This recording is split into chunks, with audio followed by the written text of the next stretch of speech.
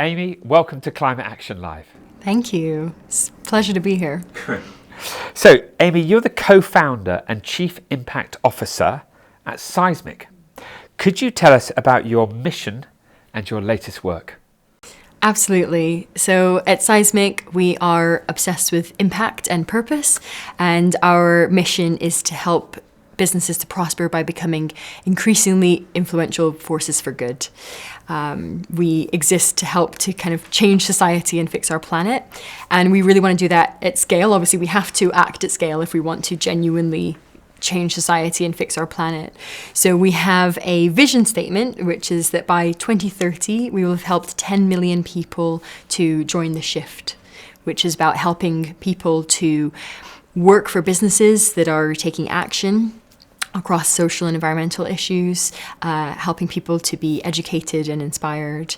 And we're incredibly lucky we get to work with a lot of amazing clients across all different industries and all different sizes of business, and we really just help them to understand what impact they're currently having and how they can reduce the negative impact and increase the positive impact.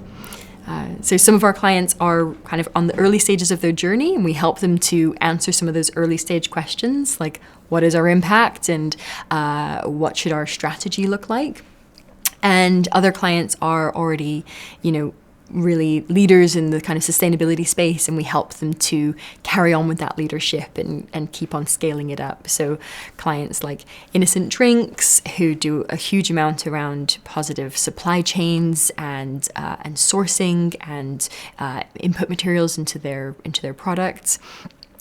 Companies like Monica Vinader, who are a jewelry company, and they're really leading in the jewelry industry at the moment on innovative topics like product passports that increase transparency in a very risky supply chain, or recycled input materials or lab-grown diamonds, which is really cool. So yeah, that's a little taste of some of the things that we do and we help our clients to do. It's absolutely incredible. Yeah, very inspiring. And what an impact you're going to have, 10 million people in the next few years. So good luck with that. Thanks, we did it. Amy, you and Seismic have chosen to partner with Peace One Day for Climate Action Live. Firstly, I obviously want to say an enormous thank you. We couldn't have done it without you. But why is it so important to you to make an experience like this possible? Well, it's a pleasure, and thank you for having us be a part of it. And it's really important. It kind of comes back to that 10 million people vision thing. I think, first of all, people need to be made aware of the imminent issues and risks that are facing us, and how they as individuals and in the wider context of business or society, how they can take action. So we just need to inform and inspire and educate people. And I think the other thing is, why it's great to pair with an organization like Peace One Day on something like this is that we have to not only raise that awareness and let people understand the context and the situation that we're in, but we have to do that in a way that balances the urgency and the very real risk and serious issues that we're in, but with some kind of positivity and momentum. It can be really overwhelming, and it can feel all very negative, and it can be hard to know where to start. But actually, if we kind of buoy people and we bring that kind of positivity, then it will help to kind of progress people on the way and feel like there's hope and they can move forward. And you kindly came and gave a talk to our team at Seismic a while ago, Jeremy, and through your kind of representation of your work and Peace One Day's work, we all became, even us as, dedicated impact professionals, we all had this dose and this injection of inspiration and of, kind of this desire to take more action and do more and be more. And I think that you guys, Peace One Day, do a great job of kind of inspiring that the audience in a way that's needed. So that's why we were really keen to partner with you and help to make something like this work. Fantastic. And thank you again. Yeah, pleasure. It's June 2024. What's your assessment of the current situation in relation to our journey of protecting our planet and its people? So, it can feel pretty bleak, to be honest. We have a pretty major lack of leadership from government on both people and planet topics.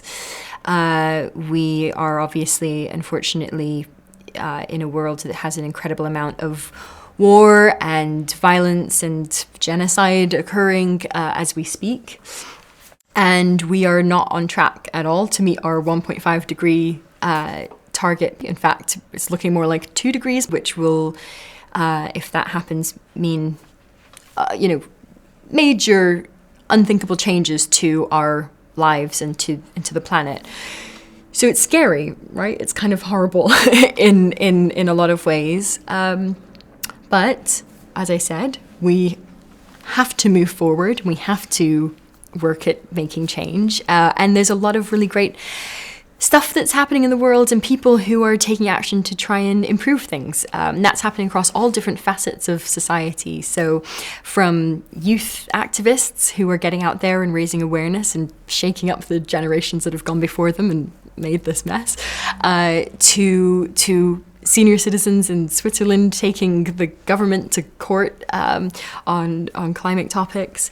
There's the B Corp community, which is a beautiful community of businesses who are using business as a force for good, who are coming together and taking collective action, whether it be on topics specific to their industry or whether it be on really trying to move the needle. So there's an initiative called the Better Business Act, for example, in the UK that is trying to change business law in the UK that will mean that all businesses have a responsibility to not only their shareholders but to people and planet, and that is built into everybody's responsibilities. So there's a lot of great initiatives and effort and work that is being done to change things and to improve things, which we choose to focus on, and we just need to make sure that we're not only looking to other people to do that, but each of us are stepping up in our own ways, in whatever way we can. Amy, a phrase, no climate action, no peace. What do you think about when you hear that statement? I think it's very true. I think it's a completely true statement. When I think of peace, I think of kind of two aspects of peace. I think about personal peace of mind, and global peace, obviously. And from the personal point of view, climate change is a very real and urgent threat to our physical safety. And so just like if there was any other imminent threat to ourselves or our loved ones, we would want to protect ourselves, we would want to take action, and we wouldn't feel peace until that risk had been addressed and reduced. So I think on a individual level, we all need to address climate change for us to feel peace. And on a global peace level, unfortunately, climate change is incredibly unjust in the ways that it impacts people as well as the planet. So there are a huge amount of climate refugees, of people who have lost their homes, their livelihoods, their lives in some cases, to the impacts of climate change, whether it's severe weather issues, flooding, etc. And so that is creating a total lack of peace in the world. And unfortunately, most of the time, those people who are facing the fallouts are the ones who have not contributed to it, really, and the ones who are creating the issues are kind of continuing to outsource those consequences to communities who haven't been a part of it. So it's unjust, it's unfair, and that's not a peaceful way for society to behave. Yeah, interestingly, the opposite of that statement is true as well. So no peace, no climate action, which is quite interesting. So every year the World Economic Forum releases a report on risk factors, and until about 2020, for many years the 5 out of 10 of the top risks were to do with climate change and the impact that that would have on businesses and the risks that it would pose to businesses and society. And since the increase in political unrest, kind of since Russia invading Ukraine and everything that has come since then, actually that's been displaced, and now only 2 of the top 10 issues are to do with the environment, and the others are to do more with the socio-political situation that we're in. And what that means is that businesses have had to kind of shift their attention, and, well, not had to, but businesses have shifted their attention and their action towards kind of more of the mitigating those risks, rather than the other risks that were in their place, of things like biodiversity, water sourcing, extreme weather conditions, etc. Those things have come off of the agenda because we've had to pay attention to the fallout of the kind of lack of peace, essentially. But that's not because those things have stopped being a pressing issue. In fact, water, weather, etc., they're just getting worse, but they're having less attention paid to them. So it really all just kind of goes to show that, yes, we need climate action for peace, and we need peace for climate action. So it's yeah. Very interesting. Thank you for that. So given the global crisis that's unfolding, do you think that we have the ability to unite and stand together as one to protect our planet and each other? Yeah, like we have the ability. We can do anything. You know, we have an incredible amount of wealth and resource and knowledge and intelligence on this planet. We just need to get ourselves together and take genuine action. And I think that businesses and individuals and government and everybody need to kind of shake it up and start thinking a little bit outside of the box, and need to start thinking in a more long-termist way of thinking. To now, it's been very short-term. What profit can I make today? How can I address my issues today? But very soon that's going to, and it already is, and very soon we're going to be really hit with the consequences of that. So we just need to act in a more innovative way. We need to challenge the status quo, and we need to think, okay, this is an urgent, pressing issue that is going to impact every single one of us on a personal and a professional level. How can we change it? And I know that sounds very easy to say and not so easy to do, but there are examples of this happening. Things like the brilliant people that you're pulling together today to be a part of Climate Action Live. Think about all the influence that those individuals have. Think about the ways that we can come together in our communities to make change. So, for example, I mentioned the B Corp community before. That is a community of almost 9,000 businesses around the world, each of them quite different, ranging from small companies to massive companies, all different sectors. But they come together to create working groups, to work with competitors or with people who are totally different from them on shared challenges and topics, to think, how can we unite? How can we share our learnings? How can we go faster together? So yeah, I think it's leaning in and really thinking about the ways that we can challenge ourselves to think, I can make a difference. My business can make a difference. And we just need to crack on really quickly and do it. Amy, I'd like to ask you, what advice would you give to people to make the most impactful contribution?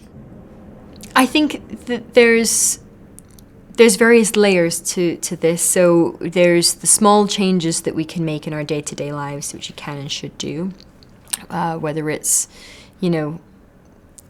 sourcing, cooking responsibly, traveling responsibly, all of these things.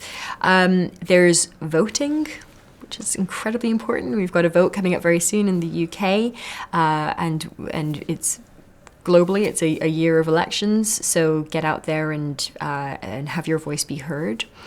Then there's also kind of voting with your feet. So, for example, work for an organization that is doing the right things, that is taking action, that is being progressive. There's a lot of companies like that out there.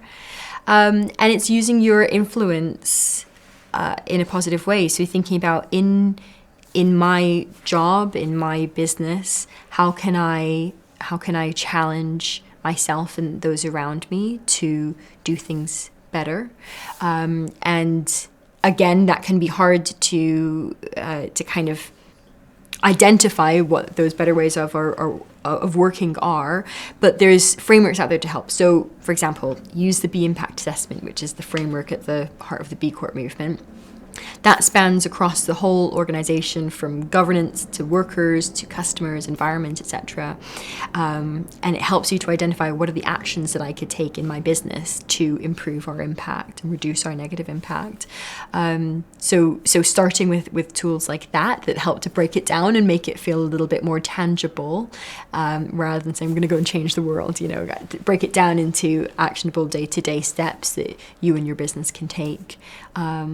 And then go from there. Speak to people, open up the conversations, whether it's on a personal level or with people inside your organization or with peers in the business community, because there's a lot of people who have the desire to change things and the knowledge to be able to make positive changes. So it's about connecting with them and learning from them. Okay, finally, if people would like to find out more about becoming a B Corp, or indeed some of the information that you've just been sharing, how can they do that? So there's loads of information available online. B Lab is the organization that runs the B Corp movement, and they have loads of great tools out there. The B Impact Assessment that I mentioned is a free online tool. So I recommend that anybody just searches for it, has a go, creates an account. At Seismic, we have a bunch of different guides, and we host a lot of webinars, things like that. So feel free to join in with any of those, and we love to help to kind of make it accessible for people.